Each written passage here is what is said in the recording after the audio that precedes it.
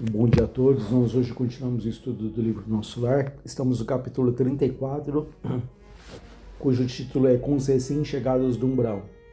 Como o próprio título diz, o André Luiz está acompanhando ali o resgate de alguns espíritos que estavam no umbral, que estavam sendo levados ali para as câmaras de retificação. A gente viu que os espíritos ali samaritanos e outros estavam acolhendo esses espíritos em sofrimento. Eles estavam ali com cães, como Ares, que é uma espécie de mulas ali. E ele falava que alguns doentes portavam-se com humildade e outros ali reclamavam em vozes altas. Então vamos continuando. Atacando igualmente o serviço, notei que uma senhora, uma velha senhora, procurava descer do último carro com muita dificuldade. Observando-me de perto, exclamou espantada: "Tende piedade, meu filho. Me ajude por amor de Deus." Aproximei-me com interesse. "Cruzes credo", a senhora continuou, benzendo-se. "Graças à providência de Deus, me afastei do purgatório. Ah, que malditos demônios lá me torturavam! Que inferno! Que os anjos do Senhor... Mas os anjos do Senhor sempre chegaram." Então vejam, ela acreditava ali piamente que ela estava no purgatório e que agora ela foi acolhida por anjos do Senhor. E o André Luiz continua dizendo: "Ajudei a descer, tomado de extrema curiosidade. Pela primeira vez ouvia referências ao inferno e ao purgatório, partidas de uma boca que me parecia calma e ajuizada, talvez obedecendo mais à malícia que me era peculiar, e interroguei: "A senhora vem assim de tão longe?" Falando desse modo, afetei ares de profundo interesse fraternal, como costumava fazer na terra, esquecendo por completo naquele instante as sábias recomendações da mãe de Lísias. Então vejam que ele fala que pela primeira vez ele ouve ali referências ao purgatório, ao inferno, vindas de uma boca que aparentemente era uma pessoa muito boa, muito calma, ajuizada, E ele fala que ele esquece por completo as recomendações da mãe de Lísias, que é a dona Laura, porque ela tinha falado para ele: "André Luiz, cuidado com a sua curiosidade." Porque ele trazia dentro dele muito esse espírito investigativo, essa curiosidade mesmo. Então ela havia dito para ele: "Cuidado, não deixa que a sua curiosidade se sobreponha ao seu trabalho ali." Ela havia falado para ele: "Não pergunte tanto, mas coloque as tuas mãos ali no serviço, ajude, execute, aprenda, mas não pergunte excessivamente." Isso nos traz aqui uma reflexão, se na vida nós não temos essa curiosidade às vezes exagerada, a pretexto ali de querer o bem de alguém, nós queremos saber detalhes da vida da pessoa, sobretudo se aquilo se refere à vida íntima dela, aquilo aguça ali a nossa curiosidade, Então, por vezes deixamos o verdadeiro interesse fraternal para fazermos perguntas muito mais movidas pela curiosidade do que propriamente para ajudar, porque há muitas situações que elas pedem o que é o nosso silêncio, Uma situação em que a pessoa sabe que errou, que ela se sente mal por aquilo. Se a gente fica perguntando o tempo inteiro, é desnecessário, porque há situações em que nós percebemos que a própria pessoa já reconhece e sofre ali com o erro, se arrepende. Então, muito cuidado ali, as situações que a gente pergunta, depois ouve uma informação, transmite essa informação para outras pessoas, E às vezes isso gera uma confusão enorme. Então hoje é muito comum as pessoas falarem: "Olha, é difícil alguém que você confie." Mas nós temos que nos perguntar: será que eu sou uma pessoa confiável? Será que eu sou uma pessoa que, quando alguém compartilha ali uma informação, um segredo, eu mantenho aquela informação comigo? E talvez não seja nada de grande relevância, Mas às vezes nós temos que manter aquilo conosco por respeito àquele que nos pediu o segredo. por respeito àquele que nos confiou ali uma informação, aquele que abriu ali o seu coração, talvez de uma coisa que para ele seja muito importante. Talvez para nós, no nosso julgamento, não, mas para aquela pessoa, talvez seja de grande importância. Então, tudo isso nos faz refletir o quanto temos que valorizar aqueles amigos que nós de fato confiamos. Isso nos faz repensar do cuidado com aquilo que a gente fala, o cuidado com aquilo que a gente ouve também, e que possamos ali nos tornarmos pessoas confiáveis, aqueles que compartilham informações ali conosco, né? Mas ele esquece ali os conselhos da Dona Laura referente a essa curiosidade que ele tinha. Então, por isso que ele vai ali perguntando e pergunta para a senhora se ela vem de tão longe. E ela diz, de grande distância. Fui na terra, meu filho, uma mulher de muitos bons costumes. Fiz muita caridade, rezei incessantemente como uma devota sincera. Mas quem pode com as artes de Satanás? Ao sair do mundo, eu vi-me cercada de seres monstruosos que me arrebataram em verdadeiro torvelinho. A princípio, implorei a proteção dos arcanjos celestes. Os espíritos diabólicos, entretanto, me conservaram enclausurada, presa. Mas eu não perdi a esperança de ser libertada. E de um momento para outro, porque deixei uns dinheiros para a celebração de missas mensais por meu descanso. Então, aqui ela fala que ela não perdeu a esperança de ser libertada, por quê? Porque ela havia deixado dinheiro para que celebrassem missas todo mês pelo descanso dela.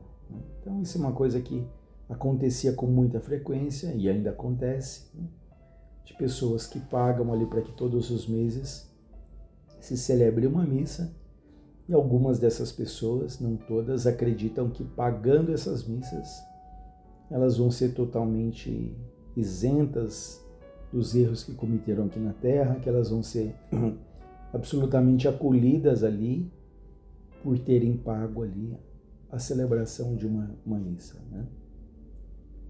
Atendendo a um impulso vicioso de perseguir assuntos que nada tinham a ver comigo, insisti, o André Luiz diz. Como são interessantes as suas observações, mas não procurou saber as razões da sua demora naquelas paragens? Ou seja, a senhora não procurou saber por que ela demorou tanto tempo ali no suposto purgatório? E ela diz, absolutamente, né? Não perguntei. Como lhe disse, quando eu estive na terra, fiz o possível por ser uma boa religiosa. Sabe o Senhor que ninguém está livre de pecar. Meus escravos provocavam rixas e contendas. Embora a fortuna me proporcionasse uma vida calma, de quando em quando era necessário aplicar disciplinas. Então vejam, era uma senhora que tinha muito poder na terra, que tinha escravos, e volta e meia ela aplicava disciplinas severas ali nos escravos, né? Os feitores, né, que é aqueles que cuidavam dos escravos, que vigiavam, eram excessivamente escrupulosos e eu não podia hesitar nas ordens de cada dia. Ela fala que os que cuidavam dos escravos, por vezes, não eram rígidos como ela gostaria. Então, como esses feitores não eram rígidos, não impunham aquela disciplina que ela julgava que era necessária, ela tomava ali as rédeas, né? E ela falou, eu não podia hesitar nas ordens do dia a dia. Não raro, algum negro morria no tronco para escarmento geral. Isso era comum, né, no passado, que às vezes um negro morria, eles colocaram ele em praça ali pública, ou visível ali na fazenda, para que os outros escravos vissem aquilo e falassem, olha, se eu desobedecer determinadas ordens, é isso que pode acontecer comigo, né? Então ela fala que não raro morreu um negro para escarmento geral. Outras vezes era obrigada a vender mães cativas, separando-as dos filhos por questões de harmonia doméstica. Então vejam que quantas vezes ela vendia mães ali que eram escravas e separava essas mães dos filhos, né? Às vezes filhos muito pequenos ainda. Nessas ocasiões, eu sentia morder minha consciência. Olha que ponto interessante. Ela tinha consciência de que o que ela fazia não era correto, porque ela falava. Nessas ocasiões, sentia morder minha consciência. Mas eu me confessava todos os meses, quando o padre Amâncio visitava a fazenda. E depois da comunhão, eu estava livre dessas faltas veniais, porque recebendo a absolução no confessionário, ingerindo a sagrada partícula, que era a hóstia, eu estava novamente em dia com todos os meus deveres, para com o mundo e para com Deus. Então ela acreditava fortemente que ela se confessando, ela tomando a hóstia, estava tudo bem, né? Porque todos os meses o padre, que era o padre Amâncio aqui que ela diz, ia na fazenda e ela se confessava. Vejam que ela não precisava nem se deslocar, ir até a igreja. O padre vinha até ela. Por que o padre fazia isso? Porque naturalmente ele ia, atendia naquilo que ela queria ouvir. Eu ia falar necessitava, mas não é nem o que ela necessitava. Era o que ela queria ouvir, né? Ele satisfazia ali o desejo dela de se sentir absolvida, né? Então, ele fazia isso e voltava ali com doações, com dinheiro ali para a igreja, né? A essa altura, escandalizado com a exposição, comecei a doutrinar o André Luiz. Então ele vai falar para essa senhora: minha irmã, essa razão de paz espiritual era falsa. Os escravos eram igualmente nossos irmãos. Perante o Pai Eterno, os filhinhos dos servos são iguais aos dos senhores. Então, perante a Deus, filhos dos escravos também seriam como os filhos dos senhores ou da senhora, né? Chamando muita atenção ali dessa idosa. Ouvindo-me, ela bateu o pé autoritariamente e falou irritada: isso é que não é. Escravo é escravo. Se assim não fora, a religião nos ensinaria o contrário. Pois se havia cativos em casa de bispos, quanto mais em nossas fazendas. Olha a argumentação dela. Poxa, até os bispos, eles têm escravos, por que eu não poderia ter, né? Quem haveria de plantar a terra, senão os escravos? E creia que sempre lhes concedi minhas senzalas como verdadeira honra. Então, na concepção dela, conceder uma senzala era uma honra ali para os escravos, né? Serem escravos dela, enfim.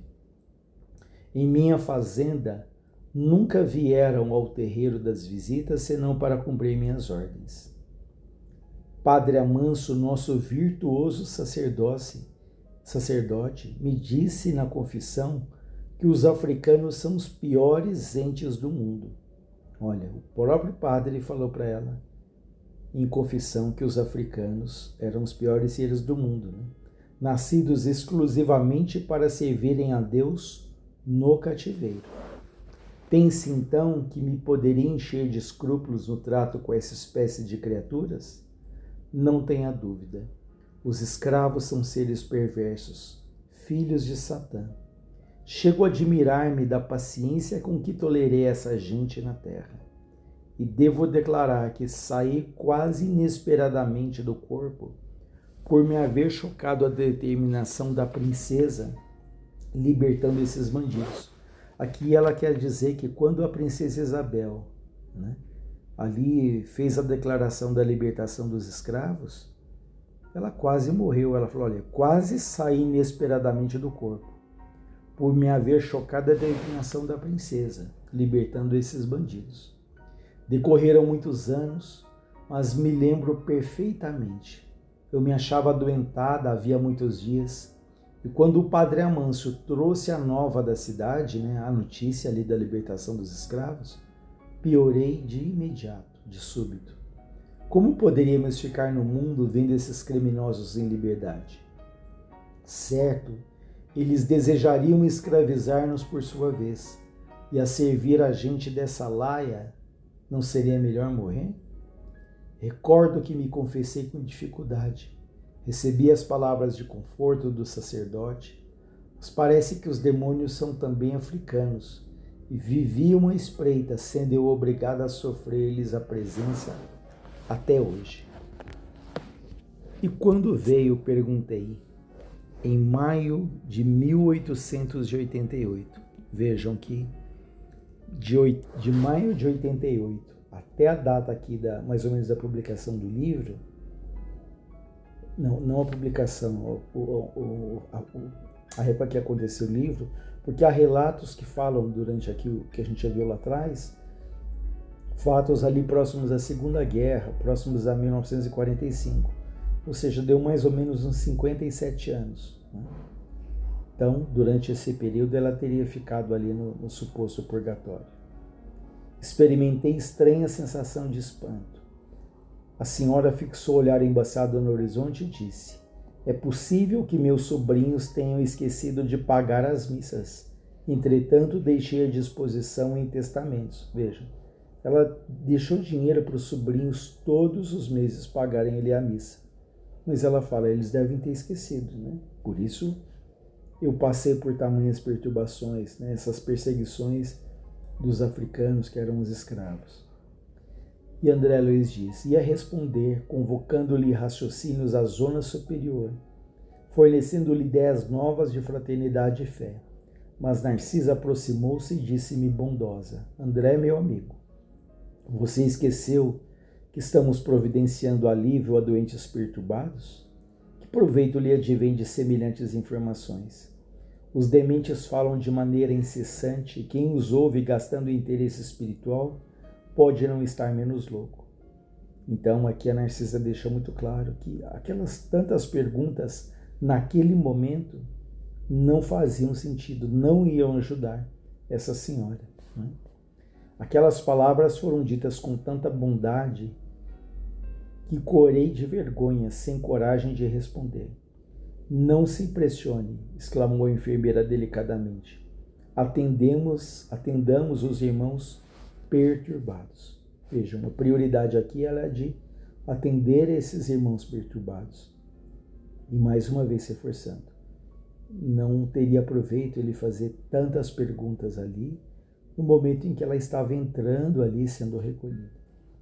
Mas a senhora é da opinião de que estou nesse número? Perguntou a velhota melindrada. Vejam, a senhora perguntou, ouvindo aquilo, a senhora perguntou, poxa, mas eu estou nesse grupo de perturbados? Narcisa, porém, demonstrando suas excelentes qualidades de psicóloga, tomou expressão de fraternidade carinhosa e exclamou, não, minha amiga, não digo isso. Creio, porém, que deve estar muito cansada. Seu esforço purgatorial, né? Seu esforço lá no purgatório foi muito longo. Vejam, olha que interessante, a Narcisa não fala, não, é a senhora, eu estou me referindo à senhora também. A senhora está aqui, a senhora está perturbada. A Narcisa muito delicadamente fala, não, minha amiga, mas a senhora deve estar cansada, né? Vejam o cuidado, o trato ali, a sensibilidade para não agredir verbalmente aquela senhora, mas acolhê-la. Né? E a senhora diz, justamente, de fato eu estou muito cansada. Não imagino o que eu tenho sofrido, torturada pelos demônios. A pobre criatura ia continuar repetindo a mesma história, mas Narcisa, ensinando-me como proceder em tais circunstâncias, atalhou. Não comente o mal, minha senhora. Eu já sei de tudo que lhe ocorreu de amargo e doloroso. Descanse, pensando que vou atendê-la. No mesmo instante, dirigiu-se a um dos auxiliares sem afetação e disse, você, Zenóbio, vá ao departamento feminino e chame Nemésia, em meu nome, para que conduza mais uma irmã aos leitos de tratamento. Então, que aprendizado aqui, né? Porque às vezes há pretexto de ajudar e às vezes de fato a gente tem uma intenção de ajudar, mas vemos que ajudar é uma arte, né? Ou seja, o que falar, quando falar, em que momento a gente fala, em que momento a gente silencia, Em que momento a gente toma uma atitude na hora, em que momento a gente deixa que o tempo vá ali baixando a poeira, vá recolocando as coisas no lugar. Então, ajudar é uma arte sublime ali. Então, temos que ter esse espírito de cuidado, de observação, para que a gente vá gradativamente pensando como ajudar alguém. E parece óbvio que vai ser dito, mas quando você vai ajudar alguém, o foco é o outro, não somos nós. Porque às vezes a gente quer dar tanto conselho, quer direcionar tantas coisas, mas no fundo a gente quer que as coisas aconteçam como nós gostaríamos. Aquilo que é melhor, que aguça o nosso orgulho, a nossa vaidade.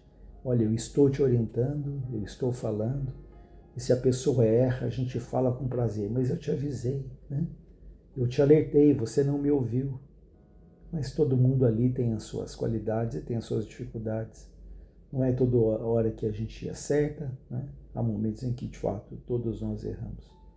Então fica aí para a nossa reflexão, para o nosso aprendizado, e na próxima semana nós iniciamos o capítulo 35, Encontro Singular.